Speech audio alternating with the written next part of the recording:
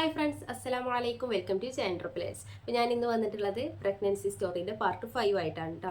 അപ്പോൾ പാർട്ട് 1 മുതൽ പാർട്ട് 4 വരെയുള്ള എല്ലാ വീഡിയോസിൻ്റെയും താഴെ ലിങ്ക് ഡിസ്ക്രിപ്ഷൻ ബോക്സിൽ കൊടുക്കുക.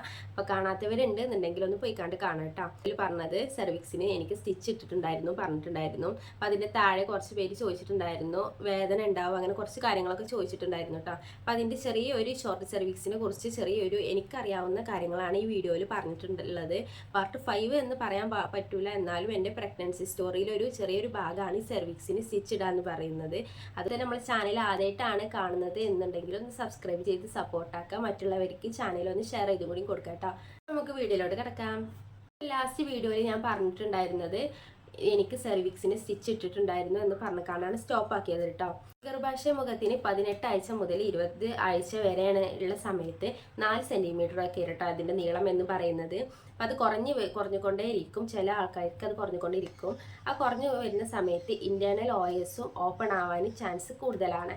അതുകൊണ്ടാണ് സെർവിക്സിന് നമ്മൾ സ്റ്റിച്ച് ഇടണം എന്ന് പറയുന്നത് കേട്ടോ.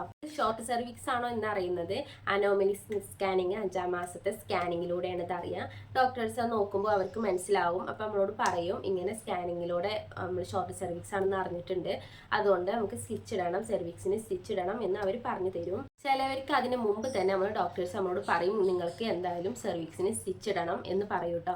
അങ്ങനെയുള്ളത് ആർക്കൊക്കെ എന്ന് വെച്ചാൽ നമ്മളെ യൂട്രസിന് ഷേപ്പ് വ്യത്യാസം, അതായത് യൂട്രസിന് ഒരു സ്ട്രക്ചർ ഉണ്ടല്ലോ, അതല്ലാതെ അതിന് വേറെ മാറ്റം ഷേപ്പ് വ്യത്യാസം ഉണ്ടെന്നുണ്ടെങ്കിൽ അവർക്ക് എന്തായാലും ഇതുപോലെ സ്റ്റിച്ച് ഇടേണ്ടി വരും. അതുപോലെ തന്നെ പ്രൊമച്വർ ഡെലിവറി ഒരു 8-ാം മാസം ഒരു 4-ാം മാസം മുതൽ 6 മാസത്തിനുള്ളിൽ എപ്പോഴെങ്കിലുമൊക്കെ ഡെലിവറി കഴിഞ്ഞിട്ടുണ്ട്, അതുപോലെ നമുക്ക് കുട്ടികളെ നഷ്ടപ്പെട്ടു പോയിക്കണമെന്നുണ്ടെങ്കിലൊക്കെ അവർക്കും ഇതുപോലെ സ്റ്റിച്ച് ഇടാൻ സാധ്യത കൂടുതലാണ് കേട്ടോ. അതുപോലെ തന്നെ യൂട്രസിന് എന്തെങ്കിലും സർജറി, അതായത് ഈ DNC അല്ലാതെ വേറെ എന്തെങ്കിലും സർജറി ഒക്കെ ആദ്യം തന്നെ ചെയ്തിക്കണമെന്നുണ്ടെങ്കിലും ഈ ഒരു സെർവിക്സിന് സ്റ്റിച്ച് ഇടാൻ നിർബന്ധമുള്ള കാര്യമാണ്.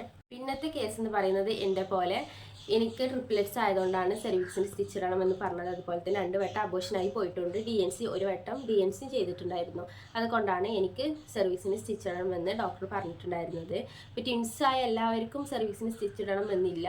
2 വട്ടം അതുപോലെ അബോഷനായി പോയതുകൊണ്ടാണ് സെർവിക്സിന് സ്റ്റിച്ച് ഇട്ടിട്ടുണ്ടായിരുന്നത്. പിന്നെ ചോദിച്ചിട്ടുണ്ടായിരുന്നത് വേദന ഉണ്ടാവുമോ, സ്റ്റിച്ച് ഇടുന്ന സമയത്ത് നമുക്ക് വേദന ഉണ്ടാവുമോ എന്നാണ് ചോദിച്ചിട്ടുണ്ടായിരുന്നത്.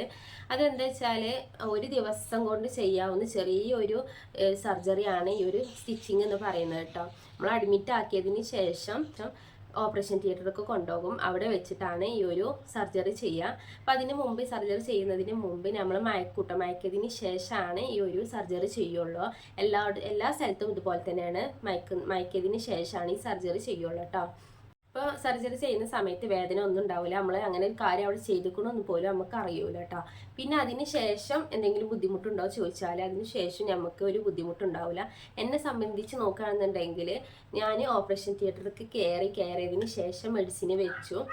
അപ്പം തന്നെ ഞാൻ മയങ്ങിയതിന് ശേഷം പിന്നെ ഞാൻ കണ്ണ് തുറക്കുന്ന സമയത്ത് ഞാൻ റൂമിലാണ്, അതായത് ഹോസ്പിറ്റലിൽ നിന്ന് കഴിഞ്ഞതിന് ശേഷം നമ്മൾ വാർഡിക്ക് മാറ്റുമല്ലോ, അങ്ങനെ റൂമിലാണ് ഞാൻ കടന്നിട്ടുള്ളത്. അപ്പോൾ എനിക്ക് ആ സമയത്തും ഒരു കാര്യവും വേദനയൊന്നും ഇല്ലേനു കേട്ടോ. അപ്പോൾ എല്ലാവർക്കും അതുപോലെ തന്നെ ആയിരിക്കും. ഞാൻ ഇതേപോലെ സെർവിക്സിന് സ്റ്റിച്ച് ഇടണം എന്ന് പറഞ്ഞ സമയത്ത് ഇതുപോലെ ഞാൻ കുറേ യൂട്യൂബിലൊക്കെ സെർച്ച് ചെയ്ത് നോക്കിയിട്ടുണ്ടായിരുന്നു. അപ്പോൾ അതിൽ ഒരാളായിട്ട് പറഞ്ഞിട്ടുണ്ടായിരുന്നു ചില ബുദ്ധിമുട്ട് നമുക്ക് ഉണ്ടാവും എന്ന് കേട്ടോ. അതിനെ പറ്റി കൂടുതൽ ഡീറ്റെയിൽസ് അറിയില്ല. എന്നാലും എന്നെ സംബന്ധിച്ച് നോക്കുകയാണെന്നുണ്ടെങ്കിൽ എനിക്ക് വേദന ഒന്നും ഇല്ലേനു. ഞാൻ എൻ്റെ അമ്മാനോട് ചോദിച്ചിട്ടുണ്ടായിരുന്നു, അമ്മ സർജറി കഴിഞ്ഞിക്കണോ, ആ സർവീസിന് സ്റ്റിച്ച് ഉണ്ടായിക്കണോ, അത് ഇനി വെറുതെ ഒരു പറഞ്ഞതാണെന്ന് വരെ സംശയിച്ചിട്ടുണ്ടായിരുന്നു കേട്ടോ. കാരണം അതിനായിട്ടുള്ള ഒരു ബുദ്ധിമുട്ടോ ഒന്നും വെച്ചില്ലേനു. പിന്നെ നമ്മൾ ശ്രദ്ധിക്കേണ്ട കാര്യങ്ങൾ, സർവീസിന് സ്റ്റിച്ച് ഇട്ടവരാണ് എന്നുണ്ടെങ്കിൽ നമ്മൾ ശ്രദ്ധിക്കേണ്ട കുറച്ച് കാര്യങ്ങളുണ്ട്.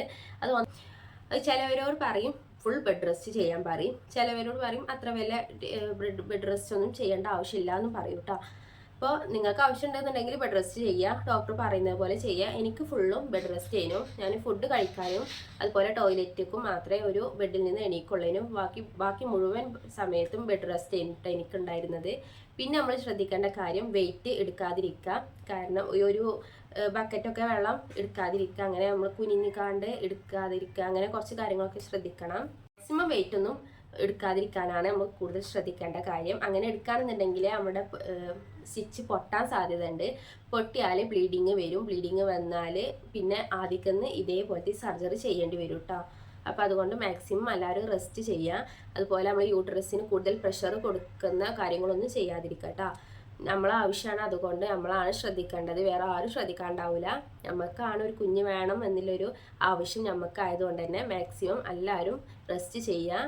പിന്നെ എല്ലാവരുടെ സംശയം എന്ന് പറയുന്നത് ഈ സ്റ്റിച്ച് ചെയ്തവർക്ക്, അതായത് സർവീസിന് സ്റ്റിച്ച് ചെയ്തവർക്ക് നോർമൽ ഡെലിവറിക്ക് സാധ്യമാകുമോ എന്നാണ് ചോദിച്ചിട്ടുണ്ടായിരുന്നത് കേട്ടോ.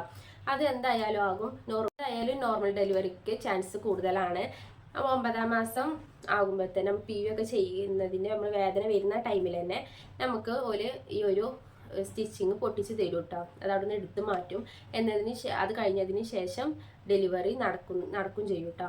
അപ്പോൾ എൻ്റെ കാര്യം നോക്കുകയാണെന്നുണ്ടെങ്കിൽ എനിക്ക് ഓൾറെഡി ഡോക്ടർ പറഞ്ഞിട്ടുണ്ടായിരുന്നു, ട്രിപ്ലെറ്റ്സ് ആയതുകൊണ്ട് തന്നെ ഡെലിവറി നടക്കൂല, നമുക്ക് ഓപ്പറേഷൻ ആയിക്കരുതെന്ന് അന്ന് പറഞ്ഞിട്ടുണ്ടായിരുന്നു. അപ്പോൾ എനിക്ക് ഓപ്പറേഷൻ ചെയ്യുന്ന സമയത്തായിരുന്നു സർവീക്സിൻ്റെ സ്റ്റിച്ച് എടുത്ത് കളഞ്ഞിട്ടുണ്ടായിരുന്നത്.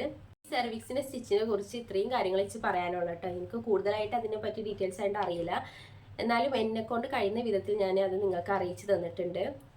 ഇപ്പോൾ ഇതിൻ്റെ പാർട്ട് 6 ആയിട്ട്, ഇത് പാർട്ട് 5 ആണ്. പാർട്ട് 6 ആയിട്ട് പ്രഗ്നൻസി സ്റ്റോറിൻ്റെ പാർട്ട് 6 ആയിട്ട് ഇൻഷാ അല്ലാഹ് മറ്റൊരു വീഡിയോയിൽ വരാം. അപ്പോൾ അതുവരേക്കും ബൈ, അസ്സലാമു അലൈക്കും.